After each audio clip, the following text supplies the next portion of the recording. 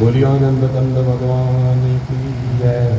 सीताराम सीताराम सीताराम कहिए, जाहि विधि राखे राम, ताहि विधि रहिए। गाइए। सीताराम सीताराम सीताराम कहिए, जाहि विधि राखे राम, ताहि विधि रहिए।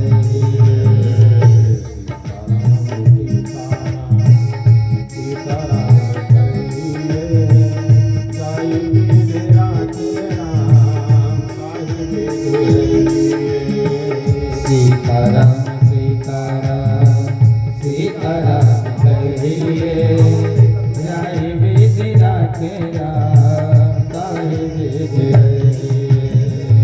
मुख में हो राम नाम, राम सेवा हाथ में। अरे मुख में हो राम नाम, राम सेवा हाथ में। मुख में हो राम राम, राम सेवा हाथ में। मुख में हो राम नाम, राम सेवा हाथ में। तू अकेला नहीं प्यारे, तेरे साथ में। तू अकेला नहीं प्यारे, राम तेरे साथ में।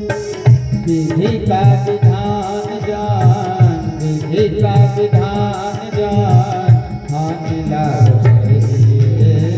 सीताराम सीताराम सीताराम कहिए, सीताराम सीताराम सीताराम कहिए।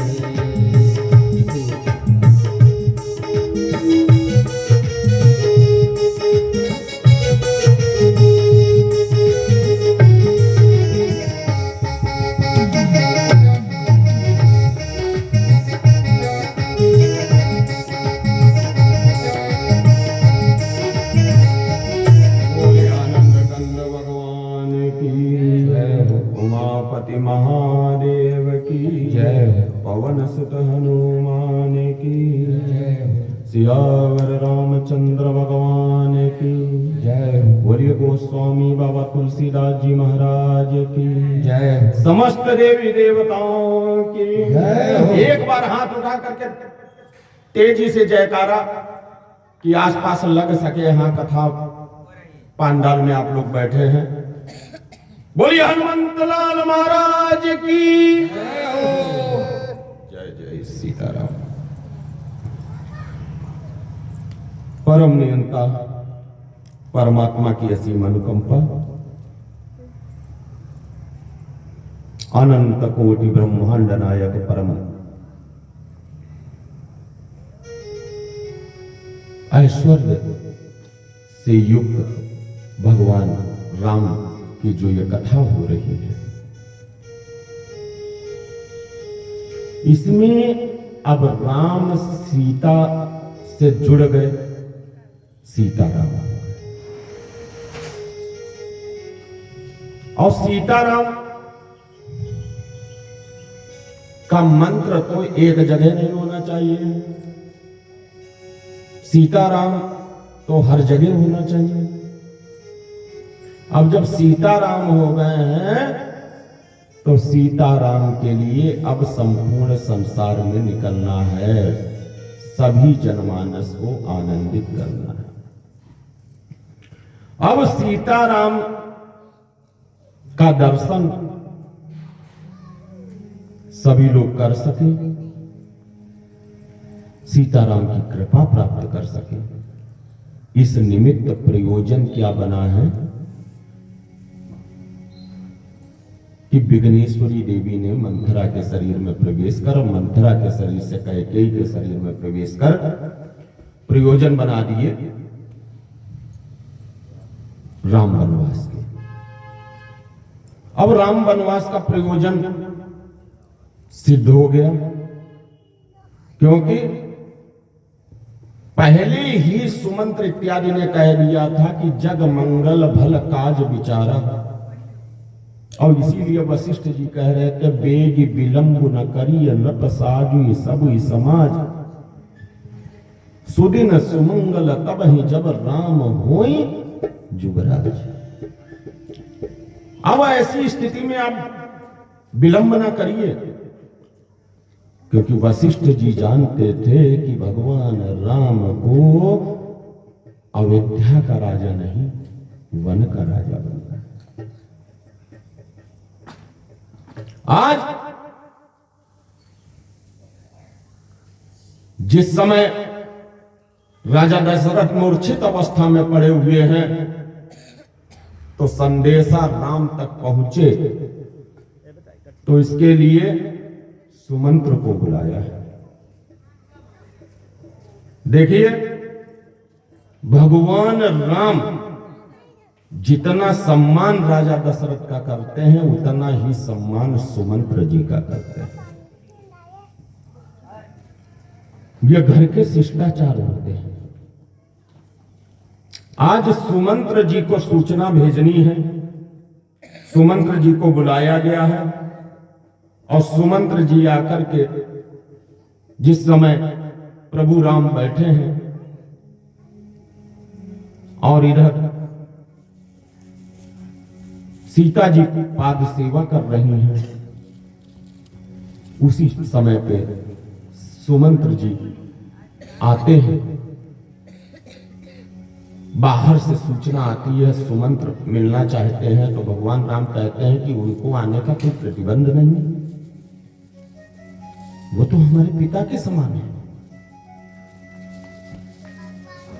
शीघ्र दौड़ करके प्रभु राम सुमंत्र के पास में पहुंचते हैं। सुमंत्र जय जीव कह करके अपना शीश झुकाते हैं और कहते हैं, महाराज ने आपको तत्काल बुलाया है। प्रभु राम समझ गए कि जो हमने कैकेयी मां से वचन लिया है, आज मैया ने वो कार्य पूरा कर दिया।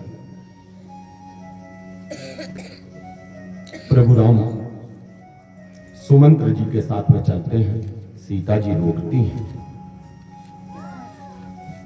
लेकिन प्रभु राम ने कहा, सीते, आज अवश्य ही पिताजी को मेरी कोई बहुत ज्यादा आवश्यकता है।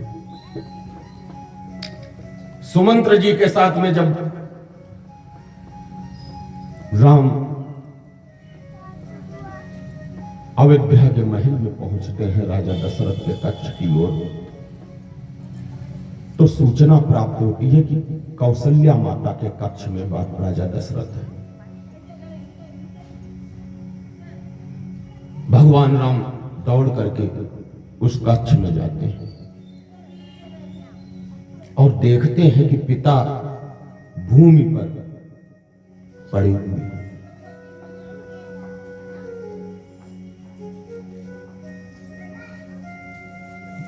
अब प्रभु राम सोचने लगे हैं, ऐसा क्या हो गया कि पिताजी आज भूमि पे पड़े हुए हैं।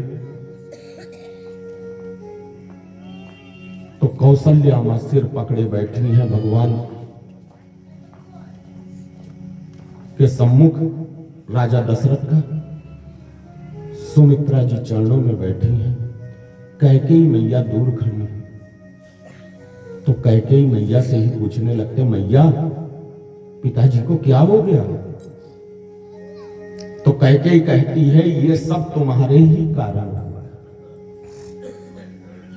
तुमको ये राजा बनाना चाहते थे और मैंने आज तुम्हारे पिता से भरत का राज्याभिषेक मांग लिया है। तो मैया इसमें क्या चिंता हुई? मैं वैसे भी राजा नहीं बनता, और यदि किसी कारण मुझको राजा बना दिया जाता तो राजगद्दी पर भरत ही बैठेगा, ये मेरा वचन है। तो कैकेयी ने मुंह मोड़ लिया। आज जब भगवान राम, प्रभु राम अपने पिता राजा दशरथ के चरणों में बैठते हैं, तो दशरथ जी के मुंह से कुछ नहीं निकला। केवल एक शब्द राम राम राम के अतिरिक्त कोई शब्द नहीं निकल रहा।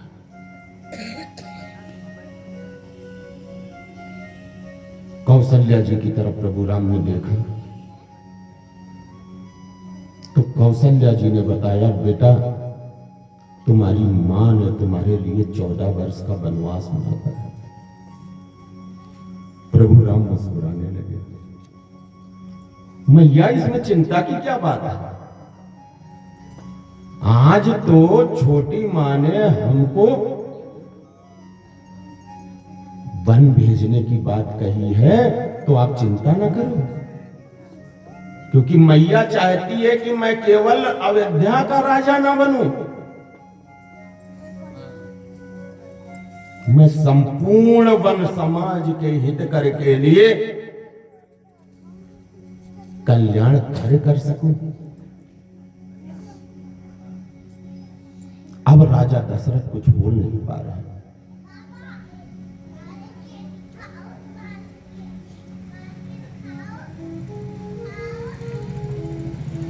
तो प्रभु राम ने कहा, मैया आज पिताजी की सहमति चाहिए वन जाने के लिए।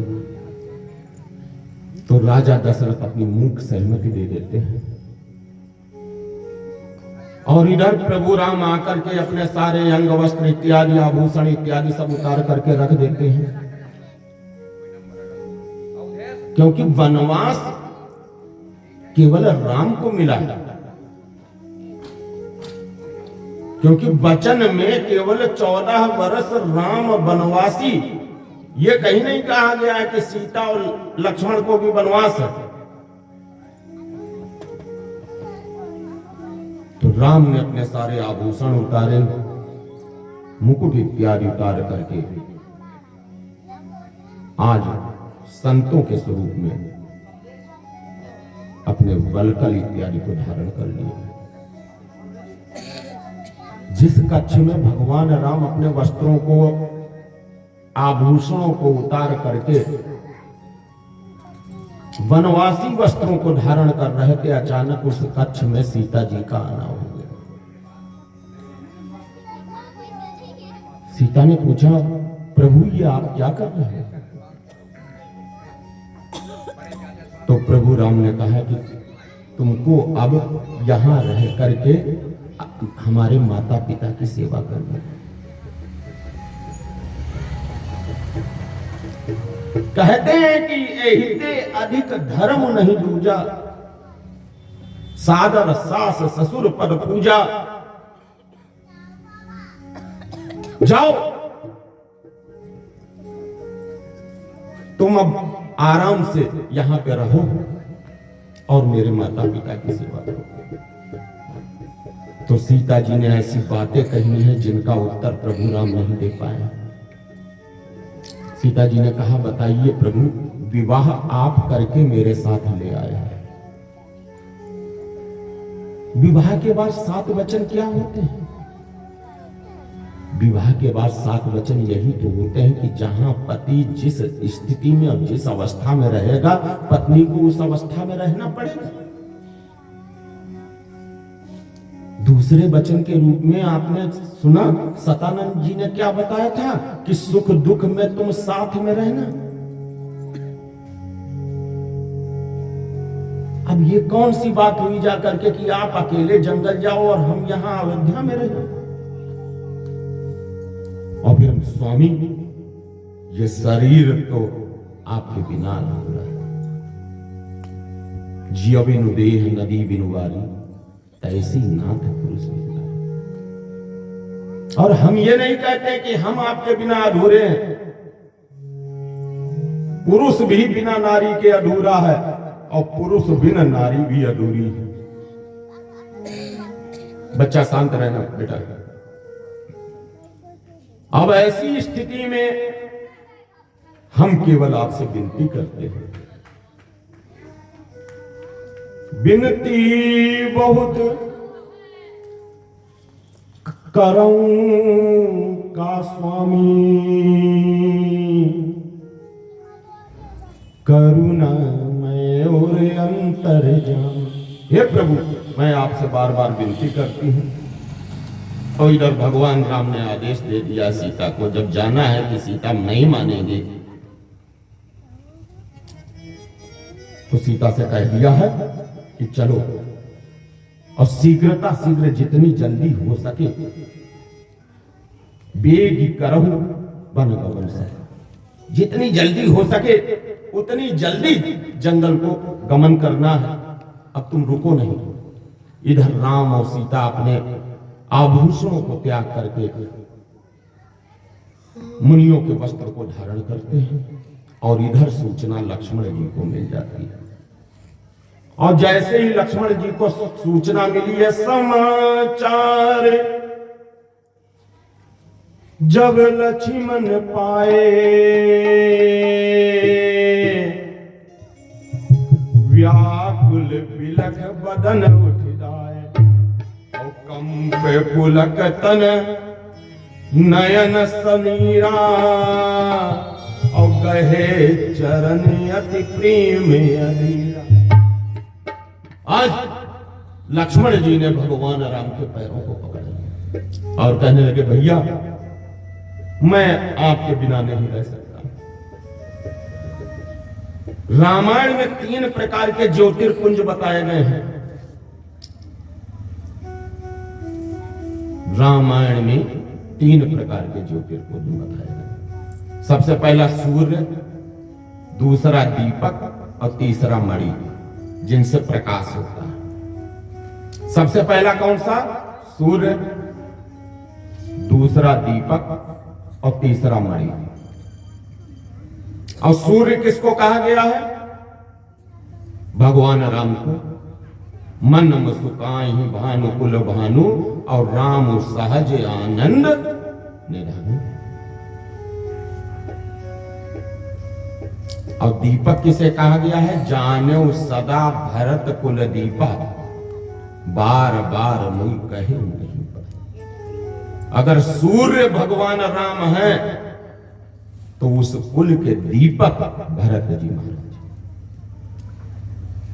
और भगवान राम को एक तीसरे ज्योतिर्पुंज के रूप में भी बताया गया है। कौन सा? वो मणि।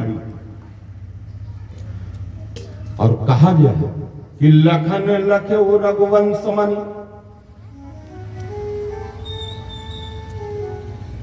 लखन लख्यो रघुवंश मणि, ताक्यो हर कोडन,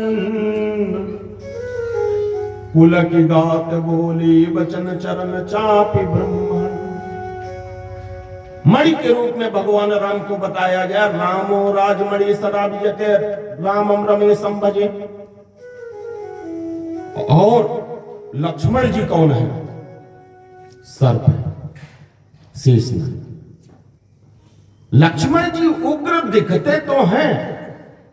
अगर पूरी रामायण में देखा जाए तो लक्ष्मण जी बहुत उग्र स्वरूप में दिखते हैं, लेकिन लक्ष्मण जी के इतना शांत कोई नहीं।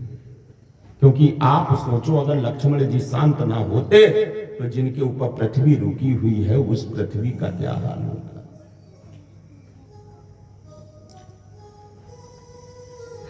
इसीलिए जब भगवान की वंदना की जाती है तो लक्ष्मण जी को हमेशा याद किया जाता है।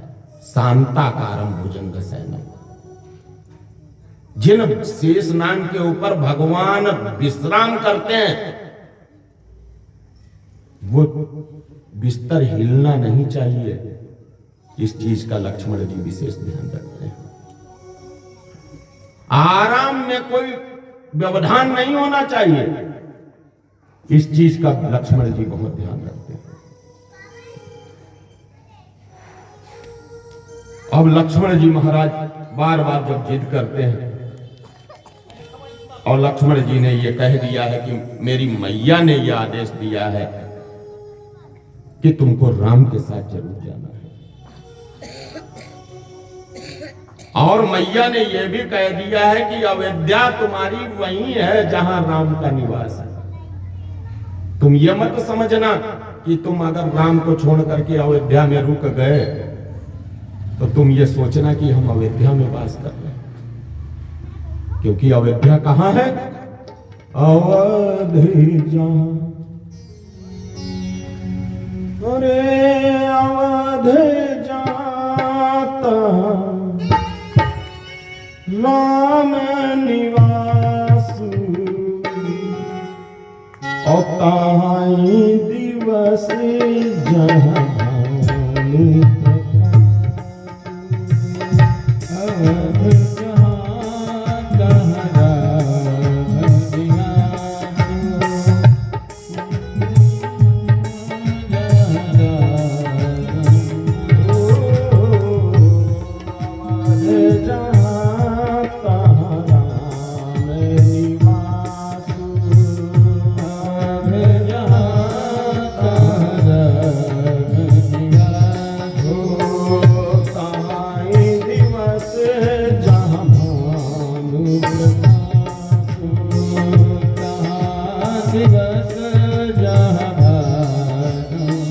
कहने लगे कि देखो कोई अंतर नहीं है, जहां सूर्योदय होता है वहीं पे दिन माना जाता है, और जहां पे राम है वहीं पे अयोध्या है, क्योंकि और कोई कारण ही नहीं। तुम्हारे भाग राम बन जाहि और दूसर हेतु तात कछु, कोई दूसरा कारण नहीं है। इधर राम लक्ष्मण और सीता वन गमन के लिए तैयार हो गए हैं, समस्त प्रकार की तैयारी है। राजा दशरथ ने यहां तक कि सुमंत्र से कह दिया है कि देखो बच्चे हैं, इनको 2-4 दिन घुमा करके वापस ले आना, वन जाना भी हो जाएगा और कैकेयी का वचन भी पूरा हो जाएगा। सुमंत्र जी रथ लेकर के आते हैं, द्वारे पे वन के लिए रथ लाया रथवान, राम लखन सीता चले कर गणपति का ध्यान, मचाए अयोध्या में तभी इस प्रकार को राम, और वहीं अयोध्या रहेगी जहां रहेंगे राम। सब अयोध्यावासियों को सूचना हो गई है और सारे अयोध्या के लोग वहां पे एकत्र हो गए हैं और कहने लगे कि जहां राम चलेंगे हम वहीं चलेंगे। बच्चे कहते थे चीख चीख, बच्चे कहते थे चीख चीख, जा रहे हमारे राम कहाँ, बच्चे कहते थे चीख चीख।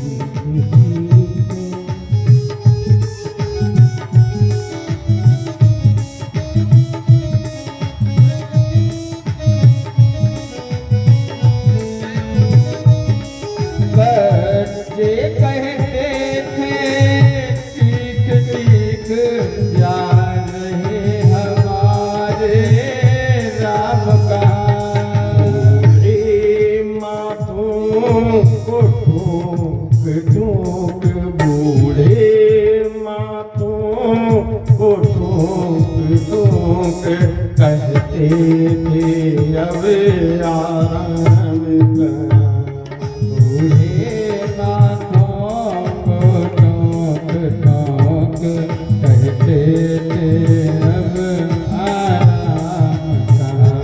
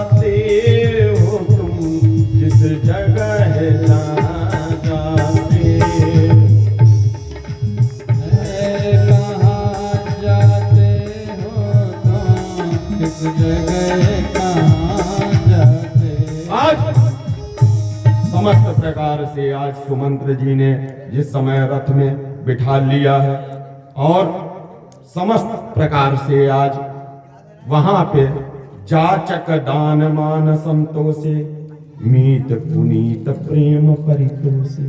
सतानंद जी अपने साथ कई बटुकों को लेकर के आए हैं। भगवान राम ने आदेश कर दिया था कि जिस समय हम वन को चलेंगे जितना भी हमारे पास होगा सब हम दान करके जाएंगे। तो आज सतानंद जी कई बटुक शिष्यों को लेकर के आए हैं और उन बटुक शिष्यों को प्रभु राम ने, लक्ष्मण और सीता जी ने जो कुछ भी उनके पास आभूषण इत्यादि शेष रह गए थे उन सारे आभूषणों को आज उन बटुक सन्यासियों को दे दिया है और समस्त प्रकार से उन सन्यासियों को दे करके आज वाल्मीकि जी लिखते हैं जिस समय सुमंत्र जी रथ लेकर के चलते हैं औपवाह्यम रथम युक्त्वा त्वमाया हि हयोत्तमे प्रापेयेनं महाभागमितो जनपदात् परम। राम के योग्य सुंदर और सुसज्जित रथ तैयार कर उनको शहर से बाहर पहुंचाया जाए, ये राजा दशरथ जी का कहना था।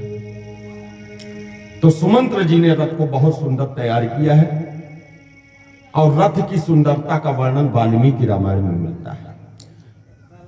औपवाह्यम रथम युक्त्वा त्वमाया हि हयोत्तमे, सुंदर घोड़ों को लगाया गया है और प्रापेयेनं महाभागमितो जनपदात् परम, इनको जनपद में भ्रमण करा के वापस ले आना है।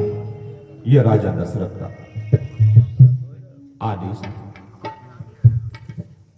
और राजा दशरथ ने सीता जी को आशीर्वाद दिया कि देखो राम, जब सिया कानन देखी डराई, जब सिया कानन देखे डराई, ओ जब सिया कानन, जब सिया कानन, जब सिया कानन देखी डराई।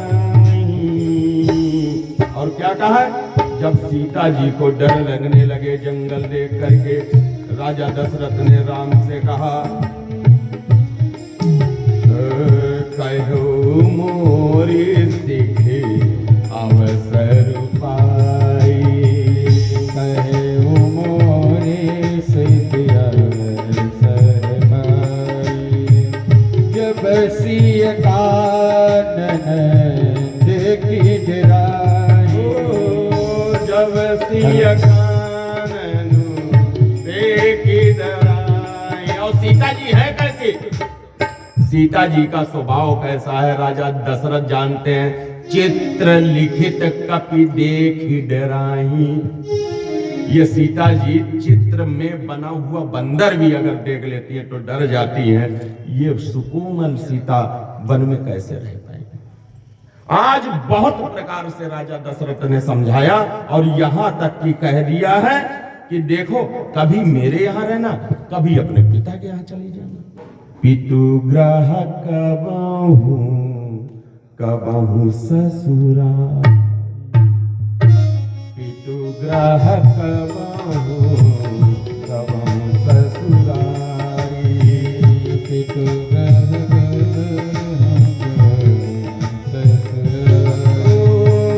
रहु जहाँ रुचि, रहु जहाँ रुचि होई तुम्हारी, पितु ग्रह कबहू कबहू ससुरारी, पितु ग्रह कबहू ससुरारी। इधर सुमंत्र जी ने रथ पे भगवान राम और लक्ष्मण को बिठा लिया है। सीता जी भी बैठ गई हैं। भगवान राम ने हाथ पकड़ करके सीता जी को बैठाला और इधर वाल्मीकि जी महाराज संदेश देते हैं कि चतुर्दशी वर्षाणि, ये 14 साल कैसे हैं?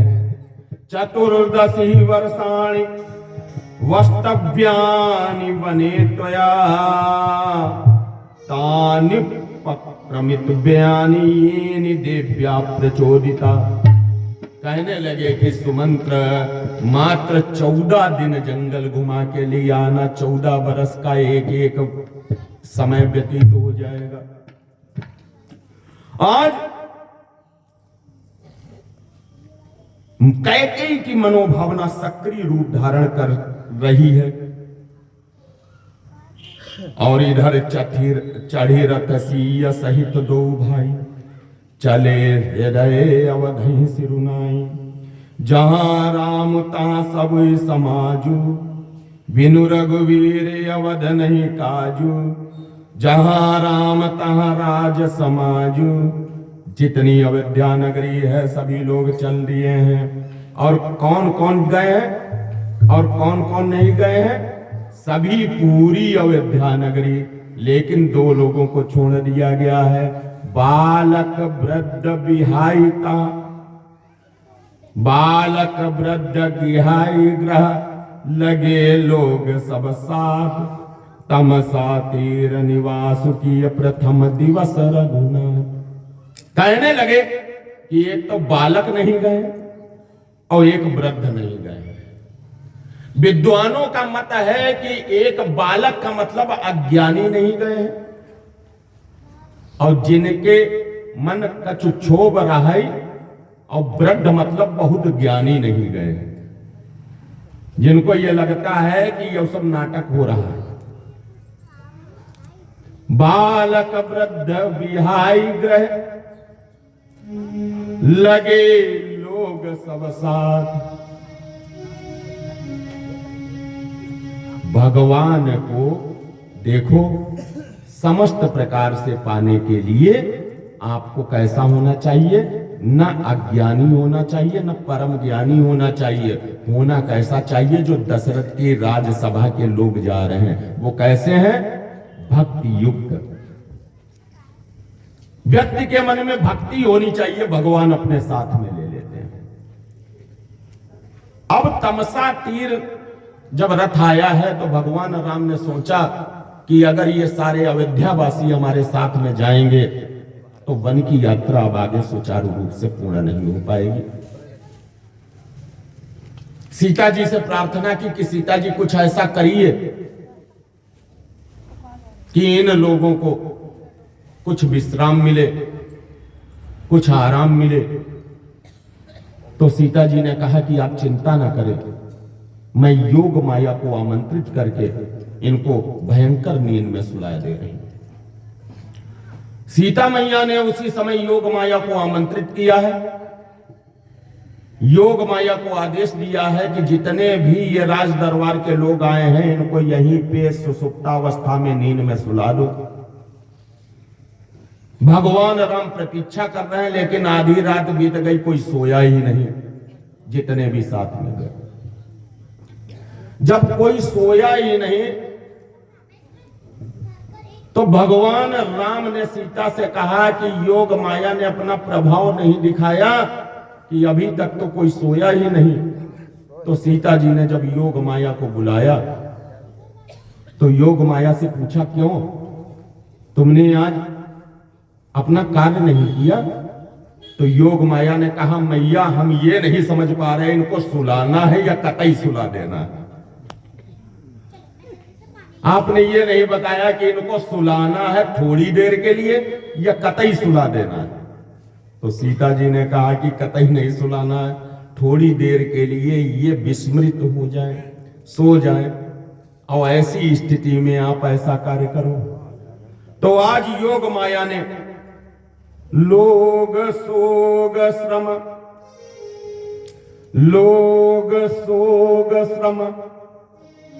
बस गए सोई, और कछुक देव माया मती। आज योग माया के प्रभाव से तमसा नदी के किनारे जितने भी राजा दशरथ के साथ में लोग आए थे राज्यसभा से, सभी लोग सो जाते हैं। अब जैसे ही सबको सोते हुए देखा है तो भगवान राम ने सुमंत्र से कहा, चाचा अब रथ को लेकर के चलिए, क्योंकि सुमंत्र जी का सम्मान भगवान राम बहुत करते हैं। राजा दशरथ की तरीके से अपने पिता के स्वरूप में मानते हैं। आज सुमंत्र से कहा, चाचा जी आप रथ को लेकर के चलिए। तो लक्ष्मण जी हाथ पकड़ लेते हैं प्रभु राम का, कहने लगे, प्रभु ये लोग जो सो रहे हैं इनका क्या होगा? कहने लगे, इनको इसी कारण सुलाया है कि ये सो जाएं और हम यहां से निकल लें, क्योंकि ये अगर जगते रहे तो हमारे साथ निरंतर बने रहेंगे। तो लक्ष्मण जी ने कहा, प्रभु ये रोएंगे, बिलखेंगे। कहने लगे कि सब योग माया के द्वारा उनको थोड़े समय के लिए विस्मृत कर दिया जाएगा। तो लक्ष्मण जी ने कहा, भैया आज हमने एक बात सीख ली है। तो प्रभु राम ने कहा, कौन सी बात सीख ली है? तो लक्ष्मण ने कहा, भैया अगर आपके साथ में किसी को रहना है तो उसको सोना नहीं चाहिए। तो राम ने कहा, क्यों? कहने लगे, ये लोग सो गए, आप इनको छोड़ देंगे, और अगर हम भी कहीं 14 बरस में कहीं सो गए तो आप हमको भी छोड़ करके आगे चले जाओगे, इसलिए अब हम सोएंगे नहीं। लक्ष्मण जी महाराज 14 बरस अहरनिश वनवास की यात्रा में जगेंगे, एक क्षण भी झपकी नहीं लगाएंगे कि कहीं भैया राम हमको छोड़ करके चले ना जाए। इधर सबको सोता हुआ छोड़ करके खोज मारी रथ हाँकऊ ताता, आन उपाय बनई नहीं बाता। खोज मारी रथ हाँकने की एक प्रक्रिया है। खोज मारी रथ हाँकने की ये प्रक्रिया है कि रथ को ऐसे चलाइए सुमंत्र जी कि पहिए के निशान ये पता ना चले किधर की तरफ गए। ये लोग जब जगे तब पहियों के निशान के संकेतों को समझ करके हमारे पास में ना आ पावे, इस प्रकार से आप रथ को चलाइए। यहां पे स्पष्ट संकेत ये समझ लीजिए, प्रभु जिसको मिलना चाहते हैं उसको मिलते हैं और जिसको नहीं मिलना चाहते हैं उसको नहीं मिलते हैं। आज प्रभु ने स्वयं विधान बता दिया कि खोज मारी रथ हाँकता, ऐसा रथ चलाओ कि पहियों के निशान कहीं पर भी ऐसे न दिखाई पड़े कि ये लोग हमारा पीछा करते हुए आ जाए। आज सीता सचिव सहित दो भाई, सीता सचिव सहित दो भाई, सीता सचिव सहित दो भाई, सीता सचिव सहित दो भाई, श्रृंगवीरपुर पहुँचे जाई, श्रृंगवीरपुर पहुँचे जाए, सीता सचिव संग दो भाई। इधर सचिव कौन? सुमंत, सीता जी और साथ में भाई, इन लोगों के साथ में श्रृंगवीरपुर आ गए हैं। और श्रृंगवीरपुर आकर के उतरे रामदेव सरि देखी, कीन दंडवत हरसु विसेकी, और यासुदि गुनि साध जब पाई, मुदित लिए प्रिय बंधु बुलाई। जैसे ही ये सूचना निषाद राज्य को मिली है कि भगवान राम हमारे नगर में आए हैं, तो श्रृंगवीरपुर का राजा निषाद आज दौड़ पड़ता है भगवान राम से मिलने के लिए। और निषाद राजा सभी प्रकार से आमंत्रित करके अपने आवास पर ले जाते हैं। लेकिन प्रभु राम कह देते हैं कि हमको सुख सुविधाओं की कोई भी आवश्यकता नहीं है, क्योंकि मातु दीन महि कानन राजू, हमको पिता दीन महि कानन राजू, हमको जंगल का राजा, जंगल का राज्य दिया, और जंगल में जैसे वनवासी रहते हैं वैसे ही हम रहें। किसी भी प्रकार की कोई सुख सुविधा का हम लाभ नहीं उठाएंगे। इधर निषाद राज बहुत दुखी होते हैं कि जिस समय पे प्रभु राम कुश साखरी के ऊपर लेटे हुए हैं,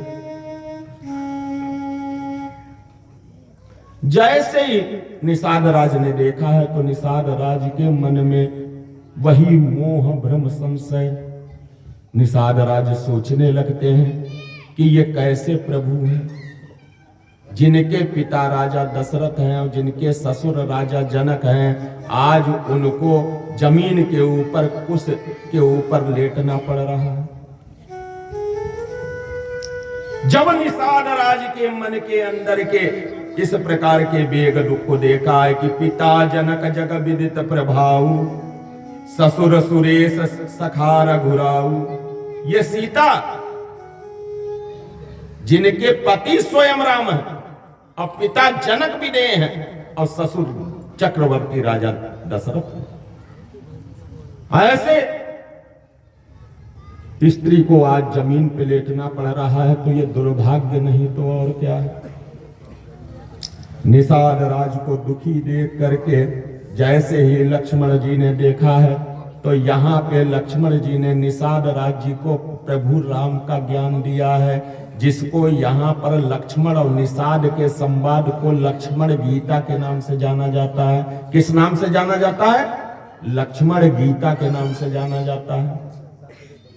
और लक्ष्मण जी कहते हैं निषाद राज जी से कि देखो, जानियत वही जीव जब जागा, जानियत वही जीव जग जागा, जानियत वही जीव जब जागा, जानियत वही जीव जग जागा, जब सब विषय विलास विरागा, जब सब विषय विलास विरागा, जानियत वही जीव जब जागा, जब सब विषय विलास विरागा, जानियत वही जीव जग जागा, जब सब विषय विलास विरागा, जानियत वही जीव जब जागा, जब सब विलास विरागा, जानियत वही जीव जग जागा, जब सब विषय विलास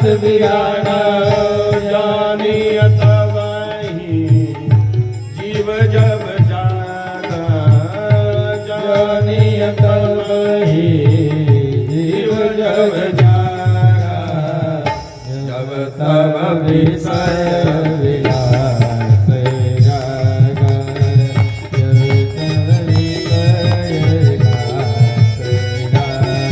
आज लक्ष्मण जी महाराज निषाद राज जी को ज्ञान देते हैं और कहने लगते हैं कि राम ब्रह्म परमारथ रूपा, अभिगते अलखे अनादि अनूपा। ज्ञान देते देते सवेरा हो गया, निषाद राज जी की आंखों में आंसू आ गए हैं। इधर जैसे ही सवेरा हुआ है, सकल शौच कर राम नहावा, सुचि सुजान बट क्षीर मगावा। अब बाल जो राजसभा में रहते हुए बड़े ही सुकोमल बाल थे भगवान राम के, और भगवान राम के बालों की सुंदरता गोस्वामी जी ने कवितावली में गाई है। आज उन बालों को कि ये सुंदर ना दिखे, वनवासी दिखे, तो बरगद के दूध को मंगाया है, और बरगद के दूध को मंगवा करके उनको बालों पर लगाते हैं राम, सीता और लक्ष्मण। और जब बरगद के दूध का स्वभाव क्या होता है कि वो सूख करके सभी बालों को एक में चिपका देता है। इस प्रकार से आज भगवान राम ने सुचि सुजान बट क्षीर मगावा, बरगद से समस्त जटाओं को एक में लपेट लिया है, बरगद के दूध से। अब सुमंत्र राम से दशरथ के वचन कहने लगते हैं। जब देखते हैं कि राम सारी तैयारी कर रहे हैं तो सुमंत्र कहते हैं, राजा दशरथ ने हमको जो बताया वो तो बता ही दे। तो सुमंत्र कहने लगते हैं कि प्रभु, आपके पिता का एक आदेश है, अगर आप कहें तो हम आपको बता दें। कहने लगते, बोलिए। पिता ने आदेश दिया है कि बनु देखाई सुरसरी हनवाई, आने फेरी बेग दो भाई। पिता का आदेश है कि जंगल दिखा करके और गंगा स्नान करा के दोनों भाइयों को वापस ले आना। तो भगवान राम ने हाथ जोड़ लिए हैं और कहने लगे हैं कि चाचा, अब हमारा मार्ग यहां से आगे की ओर है, पीछे पलटने का कोई भी योग नहीं बनता है। अब हमारा आपका साथ भी यहीं तक था, अब आप वापस चले जाइए और पिताजी को ये संकेत दीजिए जाकर के कि राम लक्ष्मण सीता सुरक्षित है। तो सुमंत्र जी रोने लगते हैं और कहने लगते हैं कि हे राम, दशरथ जी तुम्हारे बिना जीवित नहीं रह पाएंगे। तो राम सुमंत्र को उत्तर देते हैं कि धर्म न दूसर, धर्म न दूसर, सत्य समाना, सत्य समाना, आगम निगम पुराने बखाना। कहने लगते हैं कि धर्म न, कोई दूसरा धर्म नहीं, धर्म न दूसर, सत्य समाना, आगम निगम पुराने बखाना। मैं सोई धर्म सुलभ करि पावा, तजे तिहूं पुरु अपजस छावा। अब अगर मैं वन से वापस लौट चलता हूं तो मेरा बहुत ही ज्यादा अपयश होगा। हे प्रभु, हे सुमंत्र जी महाराज, अब आप वापस कहीं चले जाइए। इधर लक्ष्मण जी कुछ बड़बड़ाने लगे हैं। क्या बड़बड़ाने लगे हैं?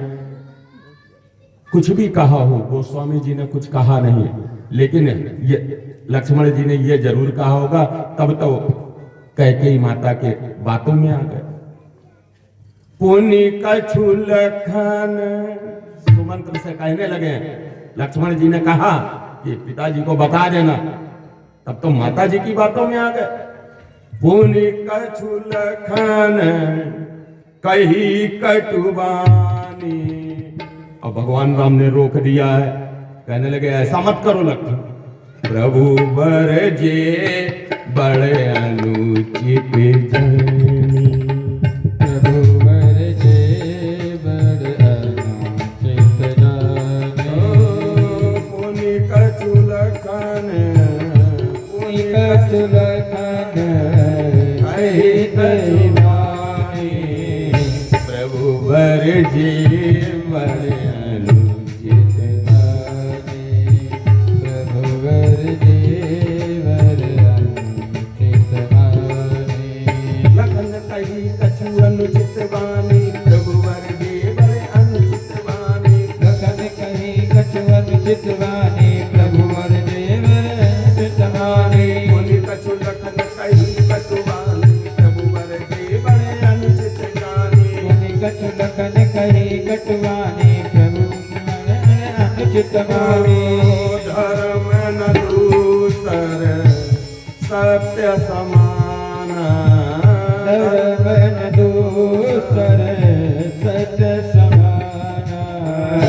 आगम निगम पुराण बखाना। आगम निगम पुराण बखाना। आगम निगम पुराण बखाना। अब सुमंत्र जी की स्थिति कैसी है? जब प्रभु राम ने कह दिया है कि अब तुम वापस चले जाओ, तो सुमंत्र जी रथ को चला नहीं पा रहे हैं। नयन न सूझ, आंखों से दिखाई नहीं पड़ रहा। नयन न सूझन सुनई नहीं काना, और कुछ कह भी नहीं सक रहे हैं। कह न सके कछुअती अकुला।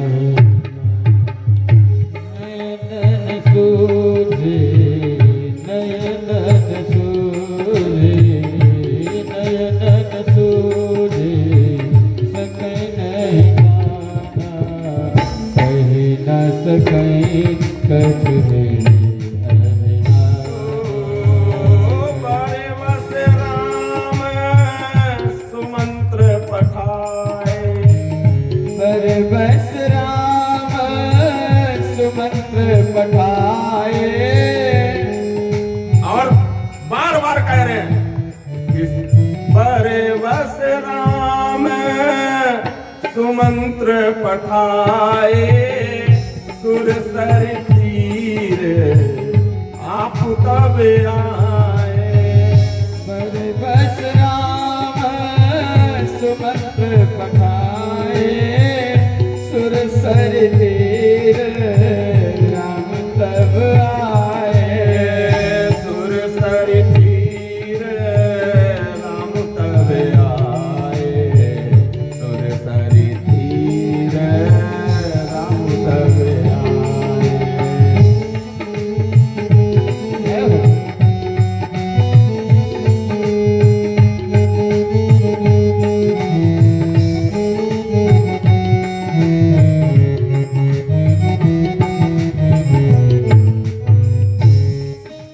आज सुमंत्र जी महाराज तो वापस चले गए हैं, जबरदस्ती भेज दिया। उनको कुछ ना दिखाई पड़ रहा है, ना सुनाई पड़ रहा है। रथ कैसे चल रहा है भगवान जाने।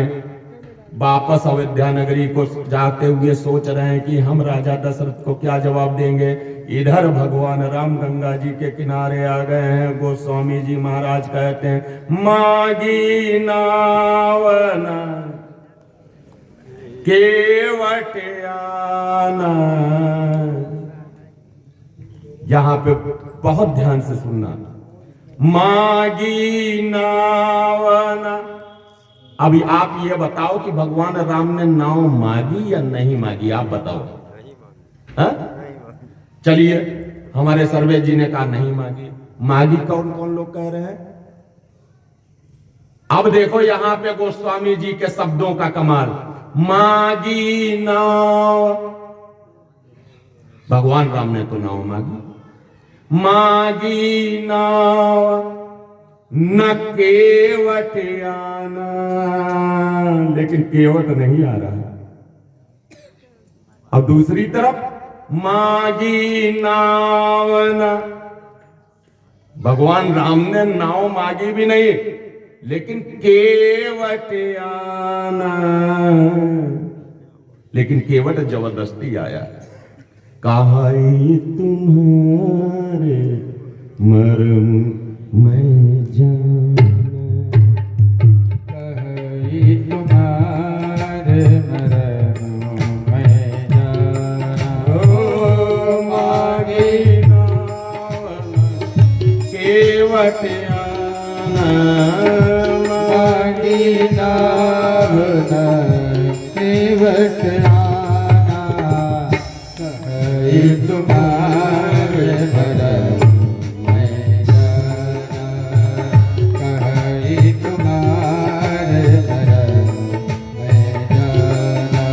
कुछ विद्वानों का तर्क है, विविध विविध प्रकार से रामायणियों का अपना अपना तर्क है।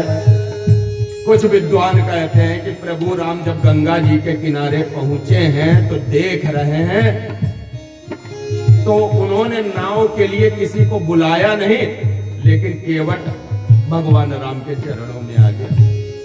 और कुछ विद्वानों का मत ये है कि भगवान राम जब गंगा किनारे पहुंचते हैं तो केवट अपनी मस्ती में बैठा हुआ है। तब भगवान राम ने हाथ उठा करके कहा कि हे केवट, आओ, हमको चलना है। अब केवट आया है।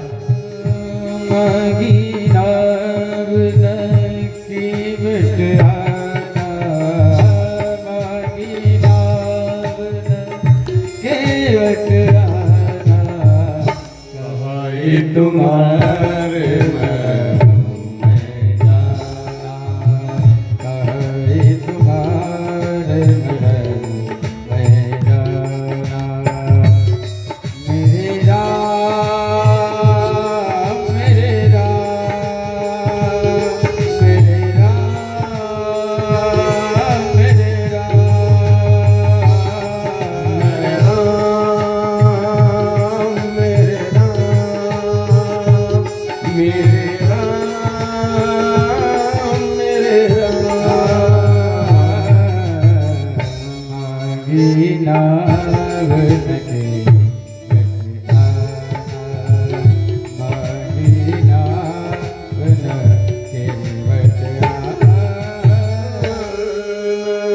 जैसे ही प्रभु राम गंगा जी के किनारे पहुंचे हैं तो केवट आया है।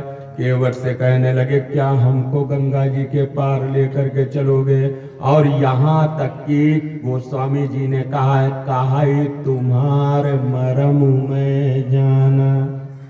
केवल केवट ही पूरी रामचरितमानस में ऐसा है जिसमें ने भगवान का मर्म समझ पाया। एक अज्ञानी नाव चलाने वाला, जाति कुजाति अनख आलसऊ, ऐसा व्यक्ति आज भगवान के मर्म को जानता है। जबकि उनके साथ रहने वाले वो जो लक्ष्मण भैया हैं, लक्ष्मण भैया हैं जो परमानेंट साथ में, जिन्होंने ये कसम खा ली कि 14 साल सोएंगे नहीं, उनके लिए भी गोस्वामी जी कह देते हैं, लक्ष्मण मरमु न जाना, लक्ष्मण मरमु न जाना। यानी लक्ष्मण जी तक इस मर्म को नहीं जानते हैं। और ये परम ज्ञानी कौन है? जो काहे तुम्हारे मरम में जाना, जो कह रहा है कि मैं तुम्हारे मर्म को जानता हूं, तो हो ना हो, ये कौन है? तो केवट जी बैठे हुए हैं। केवट जी ने कहा, देखो, अगर तुमको पार जाना है तो हमारी कुछ शर्तें हैं। कहने लगे, क्या शर्तें हैं? देखो, सबसे पहली शर्त तो यह है कि हम तुम्हारे पैर विधिवत धुलेंगे, समझौता कोई नहीं। जैसे एक जगह हम कथा कहने गए तो हमारी यजमानी की आदत बहुत सफाई की थी, और सफाई की इतनी आदत थी कि एक दिन उनके पति जी जब भी शाम को ऑफिस से आते थे तो वो पाइप लगा के पति को नहलाती थी, जी नहीं खड़े खड़े, तब अंदर आओगे। पाइप लगा के पहले नहा लो फिर अंदर आओ। परम भक्त थे, कथा में उनकी बड़ी रुचि थी, लेकिन उनकी आदत साफ सफाई की। हम कथा कहने जाते तो हम सोचते हमारे ऊपर पाइप ना लगा दें किसी जी, पंडित जी नहा के आओ। हाँ, तो हम चंदन अंदन बड़ा डार्क लगा के जाते थे कि सोचते थे कि ये कोई दिन ऐसा ना हो पाइप ये हमारे ऊपर चला जाए। तो वो अपने पति को रोज ऑफिस से जब आते तो जूता उता उतारो, पहले पाइप चल रही है, नहा लो फिर अंदर प्रवेश तुम्हारो। ऐसे केवट ने कहा कि देखो, समझौता कोई नहीं, हमारी नाव पे बैठना है तो तुमको एक काम करना पड़ेगा, अपने पैर धुलवा लो। लक्ष्मण जी ने कहा, पैर क्यों, क्या कारण है? पैर क्यों धुलना चाहते हो प्रभु राम के? जिनके पतित पावन चरण ते तर जात ऋषि मुनि संत हैं, सबरी गीत सुसेवकनि सुगति दीन रघुनाथ। आज उनके चरणों में तुमको दोष लग रहा है। तुम ये सोचते हो कि प्रभु राम के चरण गंदे हैं। तो केवट ने कहा, देखो लक्ष्मण जी, अपनी ये उग्रता चुपचाप अपने पास रखो, और चाहे बाण धनुष पर यहां चढ़ाए के हमारे करेजे मार दो और हमको यही निपटाए दो, हम तुमसे डरने वाले हैं। हम बिना इनके पैर धुले जाने नहीं देंगे। कहने बताओ तो। कहने लगा कि क्या तुमको नहीं मालूम है? छुअत सिला भई,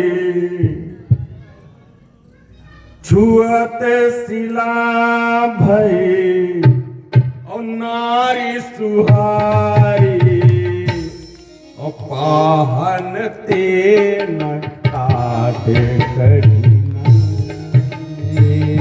पाहन ते न काटे करीना। कहने लगा, सुनो एक बात हमारी बहुत अच्छे तरीके। जब इनके पैर पत्थर में लग गए तो उससे औरत बन गई, और आज हमारी नाव तो लकड़ी की है। एक औरत का हम भरण पोषण कर नहीं पा रहे, उनकी मांगे पूरी नहीं कर पा रहे। सुबह पैसा दो, शाम पैसा दो, हर समय पैसा ही पैसा। जीवो हराम करे है हमारो एक औरत। और तुम कहा दे हो कि भगवान का पैर लग जाए और कहीं दूसरी औरत बन गई तो हम कहां जाएं? गरीब आदमी, हमारा कौन भरण पोषण करेगा? तुम तो चले जाओ। तो अब केवट ने कहा कि देखो चलना है तो पैर धुला करके चलो। तो केवट ने कहा कुछ देर रुके रहो, इंतजार करना पड़ेगा, हम तुमको उतार देंगे पार। तो केवट दौड़ करके जाता है, एक बहुत बड़ा कठौता लेकर के आता है, बहुत बड़ा कठौता। और कठौता लाई के रे भगवान राम के पैर धुलने लगता है। भगवान राम के जब दोनों पैर उठाई के रे कठौता में रखता है तो भगवान राम गिरने लगते हैं। कहते अपने हाथ हमारे सर के ऊपर काहे नहीं रख देते हो, काहे गिर जवैया हो? तो भगवान राम अपने दोनों हाथ केवट के सिर पर रख देते हैं। कितनी अद्भुत माया! भगवान राम के दोनों हाथ केवट के सर पर है और केवट उस कठौते में पैर डुल रहा है। तो भगवान राम ने सोचा थोड़ा इससे पूछ लिया जाए। तो भगवान राम केवट से पूछने लगे, केवट एक बात बताओ, यह कठौती रखी है थी, अहिमा पैर धुल देते? तुमने समय बर्बाद किया, तुम इतनी दूर दौड़ करके चढ़ करके गए पहाड़ी पर, कठौता लेकर के आए हो, हमको देर लगी? केवट मुस्कुराया, कहले भगवान तुम्हें बहुत चालाक बनाए हैं, चालाकी हमारे अंदर है। कहने लगे क्या चालाकी? कहने लगे देखो कठौती मगर पैर धुलते, अब तुम्हारे पैर लगी बस कहूं लड़की बन जाती तो उनके विवाह की चिंता कौन कर, तो तुम तो चले जाते। हम तो गरीब आदमी, उनको विवाह पढ़ाई विवाह सब हम करते। अब कठौता आई ले आए हैं, पैर धूल लगी वैसे रे, अगर कहूं लड़का बनेगो तो कम से कम हमारी नाव तो चले ही, हमारे जीविकोपार्जन का सहारा तो होगा। भगवान राम मुस्कुरा दिए। केवट पैर धुल रहा है, जासु नाम सुमी रतई के वारा, उतरहिन रे भव सिंधु अपारा। जासु नाम सुमिरत एक बारा, जासु नाम सुमिरत एक बारा, उतरहिन रे भव सिंधु अपारा, उतरहिन रे भव सिंधु अपारा। जिनके नाम की ये महत्ता है, जिनके हाथ की छत्र छाया अच्छे अच्छे लोग चाहते हैं, तपस्या करते हैं, आज केवट अपने सिर के ऊपर उनके हाथ रखवाए। ओ केवट राम रजाय सुपाया केवट राम रजाय सुपावा। अब सुनो, क्यों ना कहियो पंडित जी अपने तीर से बताए रहते कठौता ले आया, कठौती क्यों नहीं रखी। गोस्वामी जी महाराज कहते हैं कि केवट राम रजाय सुपावा और पानी कठौता भर लैया। पानी कठौता भर लैया। केवट राम रजाय सुपावा पानी कठौता भर लैयावा। रजाय सुपावा पानी कठौता भर लैया। केवट राम रजाय सुपावा पानी कठौता भर लैयावा। केवट राम रजाय सुपावा पानी कठौता भर लैया।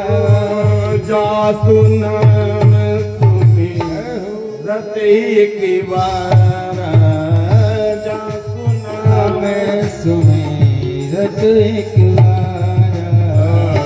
उतरहिन रे भव सिंधु अपार। उतरहिन रे भव सिंधु अपार।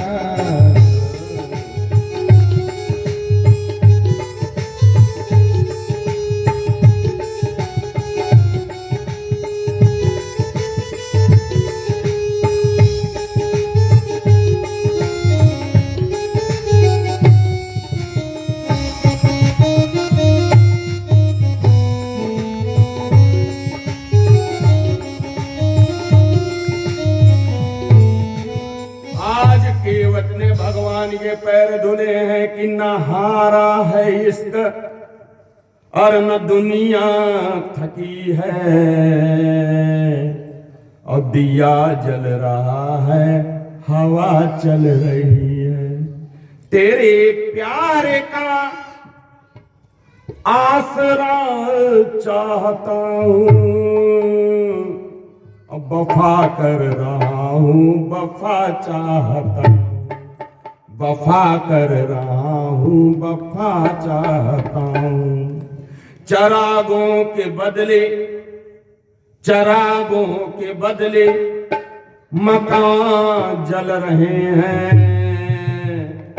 और नया है जमाना ये नई रोशनी है। जो आप लोग इस नए जमाने में इस केवट की कथा को सुन रहे हैं, तो केवट महाराज ने पैर धुलने के बाद भगवान राम को नाव पे बिठाया, तो भगवान राम कहने लगे नहीं अभी हम नहीं बैठेंगे, अभी हम सीता जी को पहले चढ़ाएंगे। सिया ही चढ़ाई चढ़े रघुराई। अब आजकल के आदमी कैसे हैं? प्रभु राम इतनी चिंता कर रहे हैं अपनी पत्नी की, और आजकल के आदमी जाओ तुम चली जाओ, और मालूम पड़ो बस पर बैठ गए हैं तो पहले अपना बैठ जाके और पीछे से उनको सामान आमान पकड़ के उनका चढ़ाए रहे, और बस चल गई तो वो छूट गई। तो पत्नी को हमेशा ही पहले यात्रा में वाहन पर चढ़ाना चाहिए। आज प्रभु राम ने संकेत दिया, और इधर समस्त प्रकार से आज नाव पे केवट जी ने भगवान राम लक्ष्मण और सीता को बिठाना है।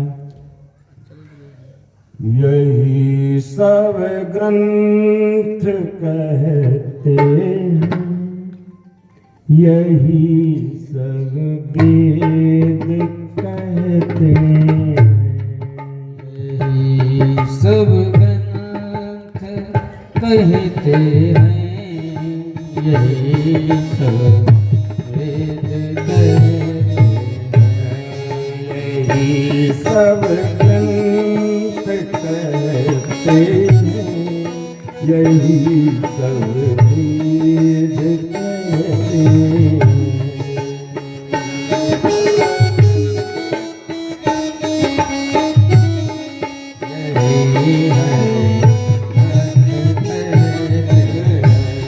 न जाने कौन से गुण पर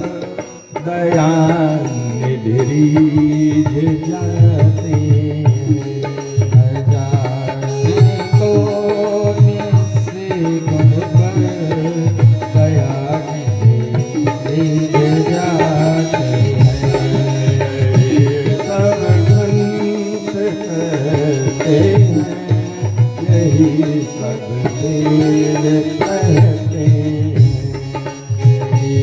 सदग्रंथ कहते हैं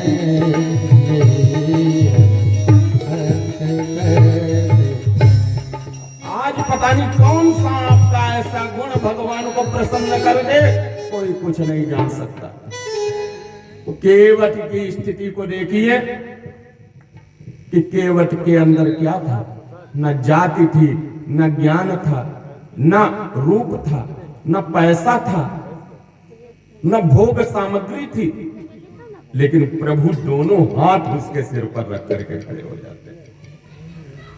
न रोए राम बन गमन में, पिता की वेदना पर न रोए वन गमन में, पिता की वेदनाओं में। न रोए राम बन गमन में, पिता की वेदना पर न रोए राम वन गमन में, पिता की वेदनाओं में। वही लेगी गोदी में, वही लेगी गोदी में, यहाँ आंसू बहाते गोदी में वहाँ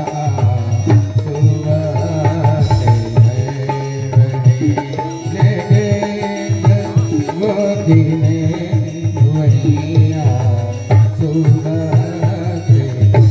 आज गंगा जी का किनारा निकट आ रहा है।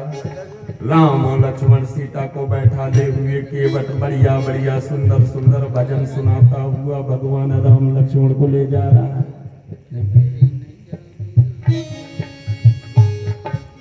बहुत सुंदर सुंदर भजन सुना रहा है।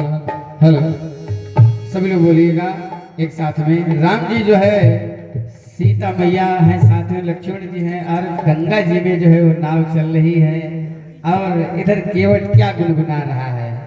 राम जी बैठे हैं और बड़ी सुंदर छवि देख रहा है, बार बार प्रणाम कर रहा है, प्रभु आप फिर कब आओगे मेरे नाथ। और गंगा मैया से प्रार्थना करता है, क्या कह रहा है, अरे मेरी नैया में राम जी सवार, गंगा मैया धीरे बहो, मेरी नैया में राम जी सवार, गंगा मैया धीरे बहो, मेरी नैया में लक्ष्मण राम, गंगा मैया धीरे बहो, धीरे बहो मैया धीरे बहो, धीरे बहो मैया धीरे बहो, मेरी नैया में लक्ष्मण राम, गंगा मैया धीरे बहो, मेरी नैया में लक्ष्मण राम, गंगा मैया।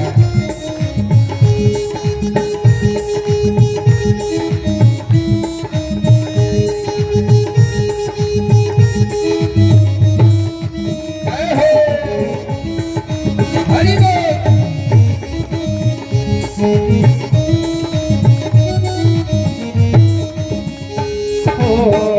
मेरी नैया काठ की मैया, नाव पुरानी है माँ, मेरी नैया काठ की मैया, नाव पुरानी है माँ, इसे पार लगा दो